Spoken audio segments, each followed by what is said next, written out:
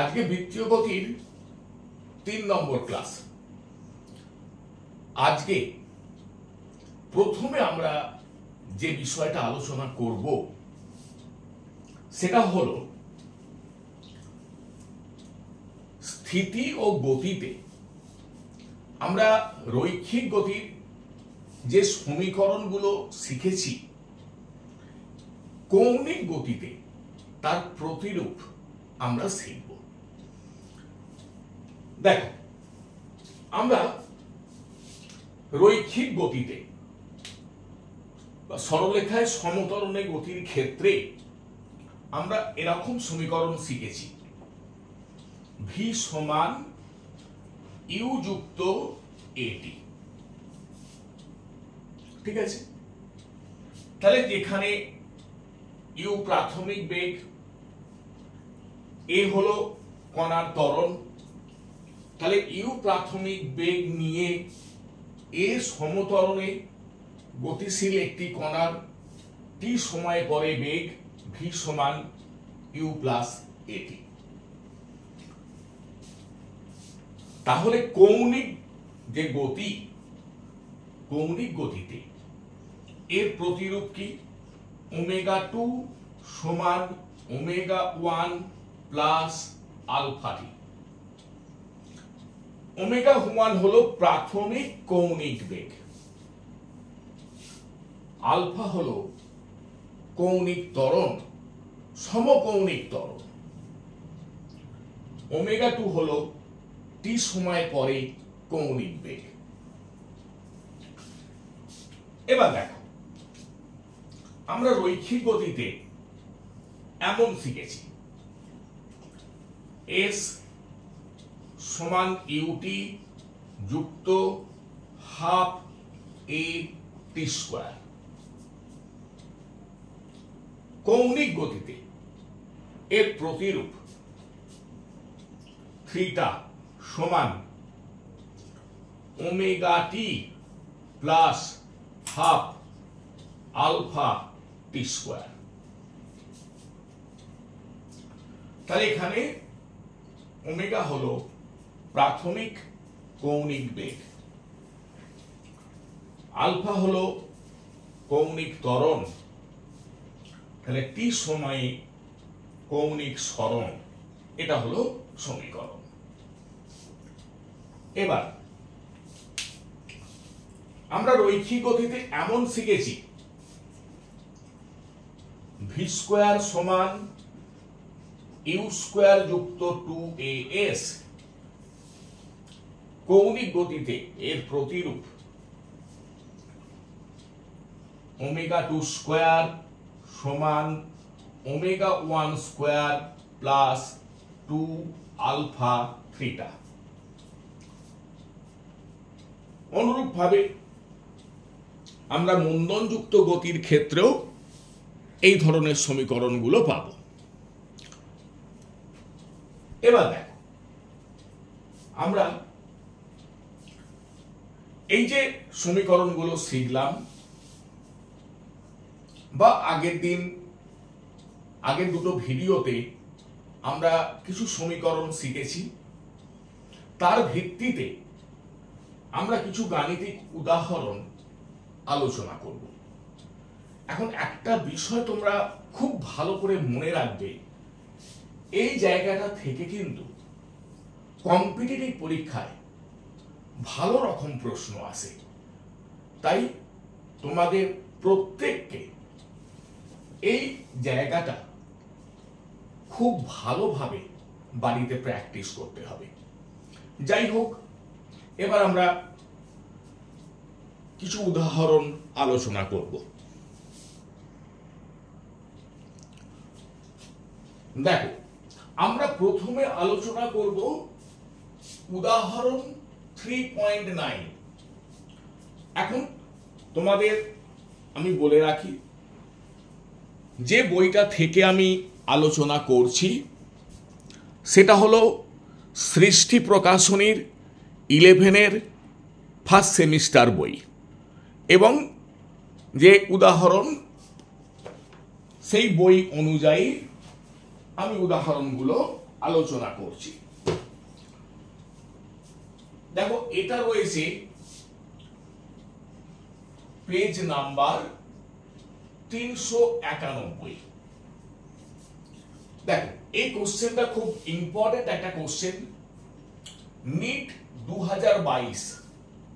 তাহলে 2022 এর নিট এক্সামে এই অঙ্কটা এসেছিল। যাই হোক, লক্ষ্য করো সকলে, একটি ফ্লাইহুইলের কৌণিক বেগ 16 সেকেন্ড সময়ে 1200 আরপিএম থেকে 3120 আরপিএম হলে কৌণিক ত্বরণ নির্ণয় করো। ঠিক আছে, তাহলে ব্যাপারটা বোঝার চেষ্টা করো। তাহলে এখানে প্রাথমিক কৌণিক বেগ ওমেগা 1 1200 আরপিএম। আমরা বিগত ক্লাসে আলোচনা করেছি 1 আরপিএম মানে π/30 রেডিয়ান পার সেকেন্ড। তোমরা সকলে কিন্তু এটা মনে রাখার চেষ্টা করো। তাহলে 1200 ইন্টু π/30 রেডিয়ান পার সেকেন্ড, তাহলে কত হচ্ছে? 40 পাই রেডিয়ান পার সেকেন্ড। এবার বলছে যে 16 সেকেন্ড পরে, টি সমান 16 সেকেন্ড পরে কৌণিক বেগ কত হচ্ছে? 3120 আরপিএম হলো।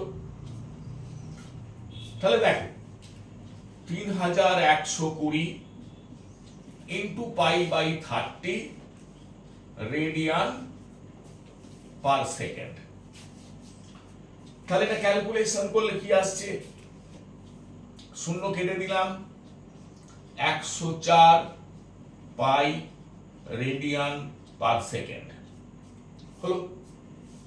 তাহলে দেখো কৌণিক ত্বরণ আলফা কি?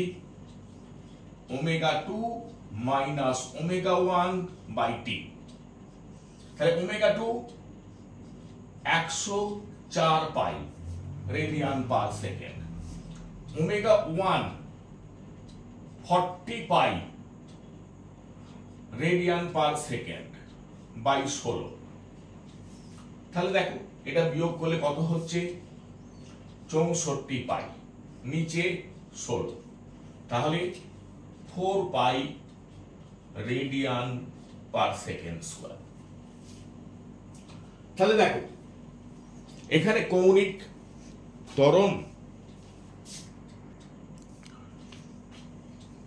তাহলে দেখো এখানে কৌণিক ত্বরণ আমরা কি পেলাম? 4 পাই রেডিয়ান পার সেকেন্ড স্কয়ার। খুব ভালো একটা অঙ্ক। এবার দেখো, এবার আমি আলোচনা করব উদাহরণ 3.7। 3.7 অঙ্কটা দেখো, এটা নিট 2020 এই পরীক্ষায় এসেছে। দেখো কি বলছে, একটি গাড়ির চাকার কৌণিক বেগ 14 সেকেন্ড সময়ে 360 আরপিএম থেকে 1200 আরপিএম হলে কৌণিক ত্বরণ নির্ণয় করো। দেখো আগে যে অঙ্কটা আমি আলোচনা করলাম, যেটা নিট 2022 সালে পড়েছিল, অনুরূপ অঙ্ক। তাহলে তোমরা কি লক্ষ্য করছো? এই জাতীয় যে অঙ্কগুলো কিন্তু কম্পিটিটিভ পরীক্ষায় পড়ছে।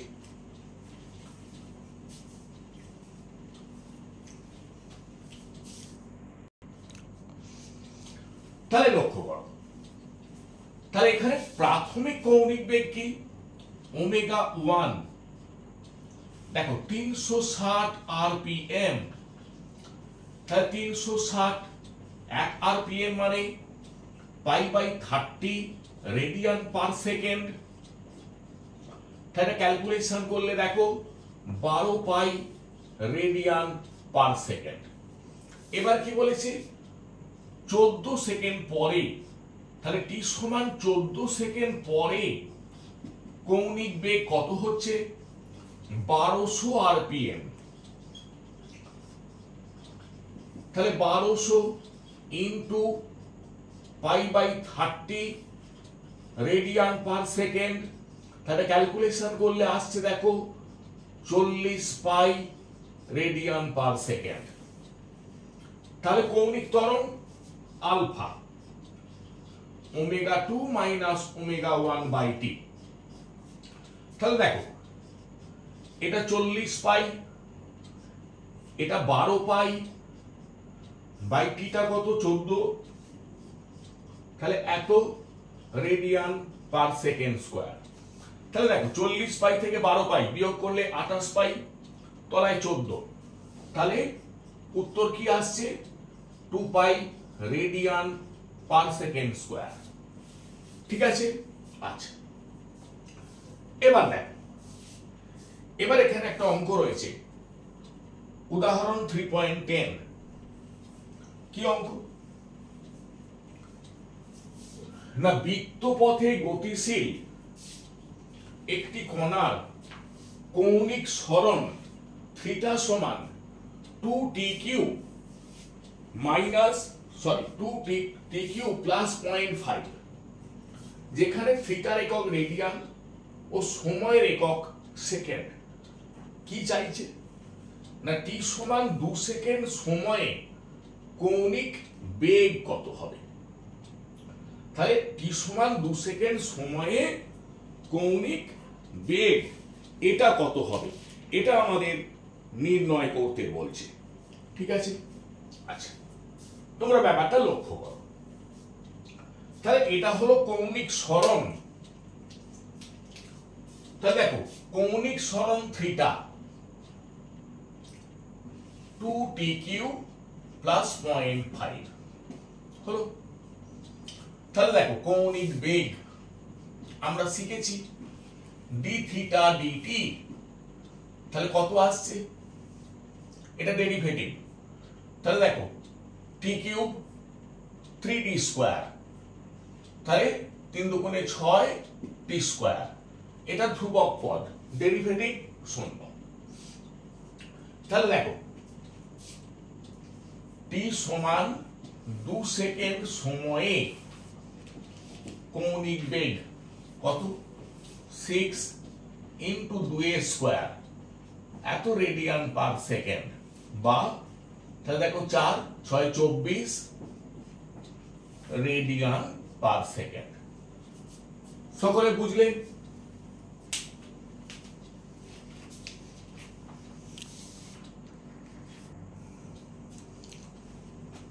এবার দেখো, এবার আমি আলোচনা করব উদাহরণ 3.5। এটা তোমরা সৃষ্টি প্রকাশনের যে বই তার পেজ নাম্বার 390 এ পেয়ে যাবে। দেখো অঙ্কটা অত্যন্ত ভালো একটা অঙ্ক, এটা সিবিএসসি পিএমটি 2011 সালে করেছিল। অঙ্কটা দেখো কি বলছে, একটি ঘুরন্ত হুইলের কোনো এক মুহূর্তে তাৎক্ষণিক কৌণিক অবস্থান থিটা সমান 2t³ মাইনাস 6t²। প্রশ্নটা কি বলছে, প্রশ্নটা বলছে কত সময় পরে টর্ক শূন্য হবে, কত সময় পরে টর্ক শূন্য হবে। দেখো অত্যন্ত ভালো একটা অঙ্ক, সকলে বোঝার চেষ্টা করো। দেখো আমরা জানি যে টর্ক, দেখো টর্ক টাও মানে আই আলফা, আইটা হলো ঘূর্ণাক্ষ সাপেক্ষে জাড্য ভ্রামক, আলফাটা হলো কৌণিক ত্বরণ। এখন যদি কৌণিক ত্বরণ না থাকে তাহলে টর্ক শূন্য হবে। তার মানে যখন কৌণিক ত্বরণ শূন্য হবে তখনই টর্ক শূন্য হবে।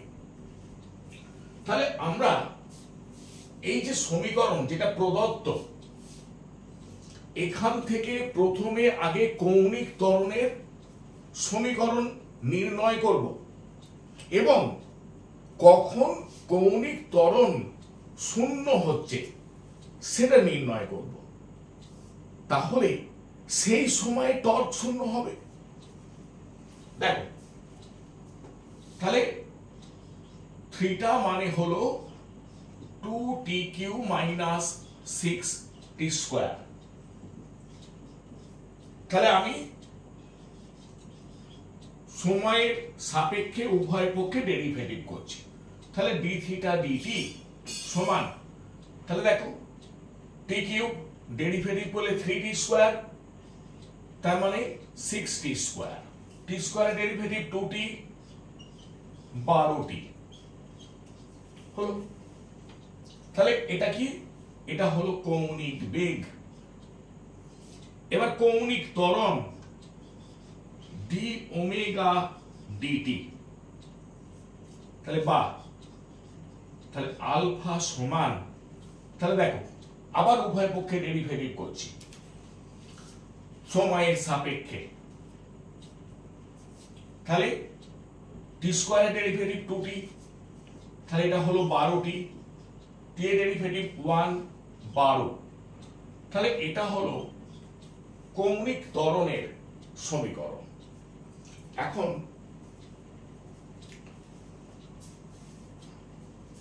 কৌণিক ত্বরণ কখন শূন্য হবে এটা আমাদের নির্ণয় করতে হবে। দেখো আলফা শূন্য, তার মানে 12t - 12 = 0, তাহলে 12t সমান 12, তাহলে t সমান 1 সেকেন্ড। তাহলে 1 সেকেন্ড সময় পরে কৌণিক ত্বরণ শূন্য হচ্ছে, তাহলে তখন টর্ক শূন্য হবে। সকলে বুঝলে? অত্যন্ত ভালো একটা অঙ্ক, বাড়িতে ভালো করে প্র্যাকটিস করবে। ঠিক আছে?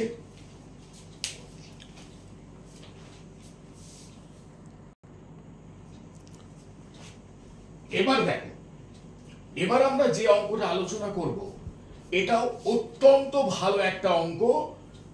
2020 সালের JEE মেন এই পরীক্ষা এটা পড়েছে।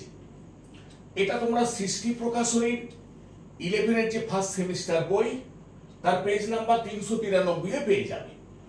এবার অঙ্কটা দেখো, বলছে একটি বল এমন ভাবে স্পিন করছে যে তার কৌণিক ত্বরণ আলফা সমান 6t² - 2t।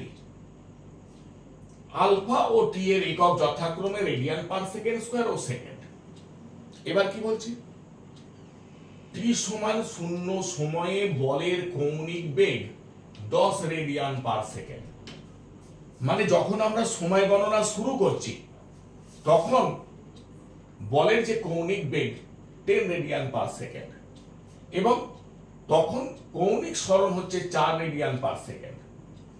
এইটা হলে আমাদের কি নির্ণয় করতে বলছে? কৌণিক সরণের রাশিমালা নির্ণয় করো। তাহলে আমাদের কৌণিক সরণের রাশিমালা নির্ণয় করতে বলছে। তাহলে গোটা ব্যাপারটা বোঝা গেল? খুব ইম্পর্টেন্ট একটা প্রশ্ন। তাহলে দেখো আমাদের কৌণিক ত্বরণের সমীকরণ দিয়ে দিয়েছে এবং এখান থেকে কৌণিক সরণের সমীকরণ নির্ণয় করতে বলছে। তাহলে লক্ষ্য করো, তাহলে কৌণিক ত্বরণ আলফা 6t² - 2t। এবার দেখো আলফা মানে dω/dt, 6t² - 2t, তাহলে dω 6t² - 2t dt। এবার দেখো আমি উভয় পক্ষে ইন্টিগ্রেশন করব। ইন্টিগ্রেশনের লিমিটটা কেমন দিচ্ছি দেখো, যখন সময় গণনা শুরু করছি মানে টিটা যখন 0, কৌণিক বেগ কত? 10 রেডিয়ান/সেকেন্ড। এই জায়গাটা লক্ষ্য করো, টি সমান 0 সময়ে বলের কৌণিক বেগ 10 রেডিয়ান/সেকেন্ড। তাহলে টি সময় পরে কৌণিক বেগ ওমেগা। ঠিক আছে। তাহলে দেখো ডি ওমেগা ইন্টিগ্রেশন করলে ওমেগা 10 থেকে omega t square integration t cube by 3, 6 3 কেটে গিয়ে 2, তাহলে 2 টি কিউ মাইনাস টি, তাহলে ইন্টিগ্রেশন করলে টি স্কয়ার বাই 2, 2 কেটে গেল, তাহলে টি স্কয়ার 0 থেকে টি। তাহলে দেখো ওমেগার জায়গায় উপরের মান বসালাম মাইনাস, নিচের মান বসালাম। এবার দেখো টি এর জায়গায় উপরের মান 2 t q minus t square, নিচের মান বসালে মানে 0 বসালে 0। তাহলে বা ওমেগা সমান কি পেলাম 2 t q minus t square plus 10। এবার দেখো আমরা জানি ওমেগা মানে ডি থিটা ডিটি, তাহলে 2 t q minus t square plus 10, তাহলে d theta 2 t q minus t square plus 10 d t. ঠিক আছে। এবার দেখো এবার আমি উভয় পক্ষে ইন্টিগ্রেশন করব, d theta 2 t q minus t square plus 10 d t. এবার ইন্টিগ্রেশনের আমি লিমিট দেবো। দেখো যখন আমি সময় গণনা শুরু করছি মানে টিটা যখন 0, তখন কৌণিক সরণ কত 4 রেডিয়ান। ভালো করে লক্ষ্য করো, টি সমান 0 সময়ে বলের কৌণিক বেগ 10 রেডিয়ান পার সেকেন্ড এবং কৌণিক সরণ 4 রেডিয়ান। তার মানে যখন টিটা 0 কৌণিক সরণ 4 রেডিয়ান, টি সময় পরে কৌণিক সরণ থিটা আমি ধরে নিলাম। তাহলে দেখো ডি থিটার ইন্টিগ্রেশন থিটা, নিচে 4 উপরে থিটা। এখানে দেখো টি কিউর ইন্টিগ্রেশন t4 বাই 4, তাহলে t4 বাই 4 2 4 কেটে গিয়ে নিচে 2, তাহলে t to the power 4 by 2 minus t square integration করলে টি কিউব বাই 3 যুক্ত 10t 10 ডিটি। তার মানে কি ডিটির ইন্টিগ্রেশন টি 0 থেকে টি। ঠিক আছে। তাহলে দেখো তাহলে থিটার জায়গায় উপরের মান থিটা মাইনাস নিচের মান 4, টি এর জায়গায় উপরের মান তাহলে t4 by 2 minus t cube by 3 plus 10t। এখন যদি আমি নিচের মানটা মাইনাস করি তাহলে কি হচ্ছে, টি এর জায়গায় 0 বসালে সবটা 0 হয়ে গেল, তাহলে আমি বসাচ্ছি না। তাহলে দেখো আমরা থিটার কি সমীকরণ পেলাম, দেখো তাহলে থিটার আমরা যে সমীকরণটা পেলাম আমরা একটু উপরে লিখছি, জায়গার অভাব রয়েছে। তাহলে দেখো থিটা সমান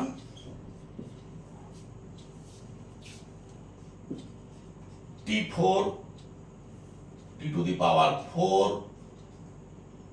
বাই 2 মাইনাস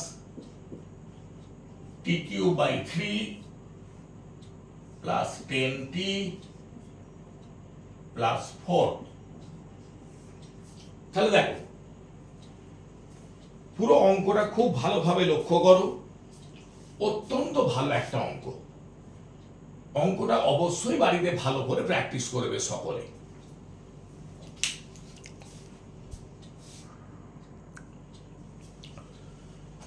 এবার দেখো আমরা আরো একটা অঙ্ক আলোচনা করব এবং এটাও খুব ভালো একটা অঙ্ক, 2017 সালের এমস পরীক্ষায় এসেছিল। দেখো অঙ্কটা কি বলছে, একটি হুইল স্থিরাবস্থা থেকে টি সমান 0 সময় 50 রেডিয়ান পার সেকেন্ড স্কয়ার কৌণিক ত্বরণ নিয়ে ঘুরতে শুরু করলো। খুব ভালো করে লক্ষ্য করো, আমাদের এখানে বলে দিচ্ছে প্রাথমিক কৌণিক ত্বরণ 50 রেডিয়ান পার সেকেন্ড স্কয়ার, মানে টি সমান 0 সময়ে কৌণিক ত্বরণ 50 রেডিয়ান পার সেকেন্ড স্কয়ার। খুব ভালো করে এটা লক্ষ্য করবে। এবং পরবর্তী 5 সেকেন্ড সময়ে কৌণিক ত্বরণ আলফা কমে 0 হয়ে গেল। তাহলে দেখো, প্রাথমিক কৌণিক ত্বরণ ছিল 50 রেডিয়ান পার সেকেন্ড স্কয়ার, সেটা আবার 5 সেকেন্ড সময়ে কমে 0 হয়ে গেল কৌণিক ত্বরণ। এই সময়ে কৌণিক ত্বরণ আলফা সমান আলফা 0 1 মাইনাস টি বাই 5 সমীকরণ অনুযায়ী পরিবর্তিত হয়। আমাদের কি নির্ণয় করতে বলছে? টি সমান 5 সেকেন্ড সময়ে কৌণিক বেগ কত। তার মানে এই যে যখন কৌণিক ত্বরণটা 0 হয়ে যাচ্ছে, মানে 5 সেকেন্ড সময়ে, তখন কৌণিক বেগটা কত, এইটা আমাদের নির্ণয় করতে বলছে। প্রত্যেকে খুব ভালো করে লক্ষ্য করো। তাহলে তোমরা বুঝতে পারলে কম্পিটিটিভ পরীক্ষায় এই ধরনের প্রশ্ন কিন্তু আসছে। তাহলে এই ধরনের অঙ্ক তোমাদের বাড়িতে খুব ভালোভাবে প্র্যাকটিস করতে হবে। যাই হোক, দেখো তাহলে কৌণিক ত্বরণের কি সমীকরণ আমাদের দেয়া আছে? আলফা সমান আলফা 0 1 মাইনাস টি বাই 5। এখন দেখো, টি সমান 0 হলে, তাহলে যখন সময় গণনা শুরু করছি, মানে টিটা 0, তখন কৌণিক ত্বরণ কত? আলফা 0। কিন্তু আমাদের কি দিয়ে দিয়েছে? টি সমান 0 সময়ে 50 রেডিয়ান পার সেকেন্ড স্কয়ার কৌণিক ত্বরণ নিয়ে ঘুরতে শুরু করছে। তাহলে আমি এখান থেকে কি পেয়ে গেলাম? আলফা 0 পেয়ে গেলাম 50 রেডিয়ান পার সেকেন্ড স্কয়ার। তাহলে আলফার সমীকরণ আমাদের কি এলো না? আলফা সমান, দেখো তাহলে আলফা 0টা 50 1 মাইনাস টি বাই 5, ঠিক আছে। এবার দেখো, তাহলে আলফা মানে কি? D omega dt. আমি এটাকে ভেঙে নিচ্ছি। তাহলে এটা 50 মাইনাস 10t। তাহলে দেখো, d omega 50 minus 10t dt. তাহলে ডি ওমেগা, আমি এটা ইন্টিগ্রেশন করব। এবার দেখো, যখন আমরা এই যে ক্যালকুলেশনটা আমরা যখন শুরু করছি, লক্ষ্য করো এখানে কি বলেছে না, একটি হুইল স্থিরাবস্থা থেকে টি সমান 0 সময়ে 50 রেডিয়ান পার সেকেন্ড স্কয়ার কৌণিক ত্বরণ নিয়ে ঘুরতে শুরু করলো। তাহলে আমরা এই যে ইন্টিগ্রেশনটা করব, তাহলে দেখো যখন আমরা সময় গণনা শুরু করছি, মানে টিটা যখন 0, তখন কৌণিক বেগ 0, কারণ স্থিরাবস্থা থেকে যাত্রা শুরু করছে, মানে ঘুরতে শুরু করছে। এবার দেখো, তাহলে আমাদের কত সময় পরে কৌণিক বেগ চাইছে না? টি সমান 5 সেকেন্ড পরে। তাহলে কৌণিক বেগ ওমেগা। তাহলে দেখো, ডি ওমেগা ইন্টিগ্রেশন করলে ওমেগা, নিচে 0 উপরে ওমেগা। তাহলে 50 টি মাইনাস, এটা টি স্কয়ার বাই 2, উপরে 10 কেটে গিয়ে 5 টি স্কয়ার, 0 থেকে 5। তাহলে ওমেগা জায়গা উপরের মানটা বসলে ওমেগা, নিচের মানটা বসলে 0। তাহলে 50 উপরের মানটা বসাচ্ছি into 5 minus 5 into 5 square minus, যদি টি এর জায়গায় 0 বসে 0 আসছে। তাহলে দেখো ওমেগা সমান, তাহলে এটা হচ্ছে 250 মাইনাস দেখো 25, 5 দিয়ে গুণ করলে 125, তাহলে ক্যালকুলেশন করলে আমি কি পেলাম 125 রেডিয়ান পার সেকেন্ড। তার মানে 5 সেকেন্ড পরে কৌণিক বেগ কত হচ্ছে 125 রেডিয়ান পার সেকেন্ড। তাহলে আজকে যে ক্লাসটা হলো তোমরা প্রত্যেকে বাড়িতে খুব ভালো করে প্র্যাকটিস করবে, কারণ বেশ কিছু অঙ্ক খুব ভালো। আমরা পরবর্তী ক্লাসে আবার কিছু থিওরি, কিছু গাণিতিক উদাহরণ আলোচনা করব। সকলে ভালো থেকো।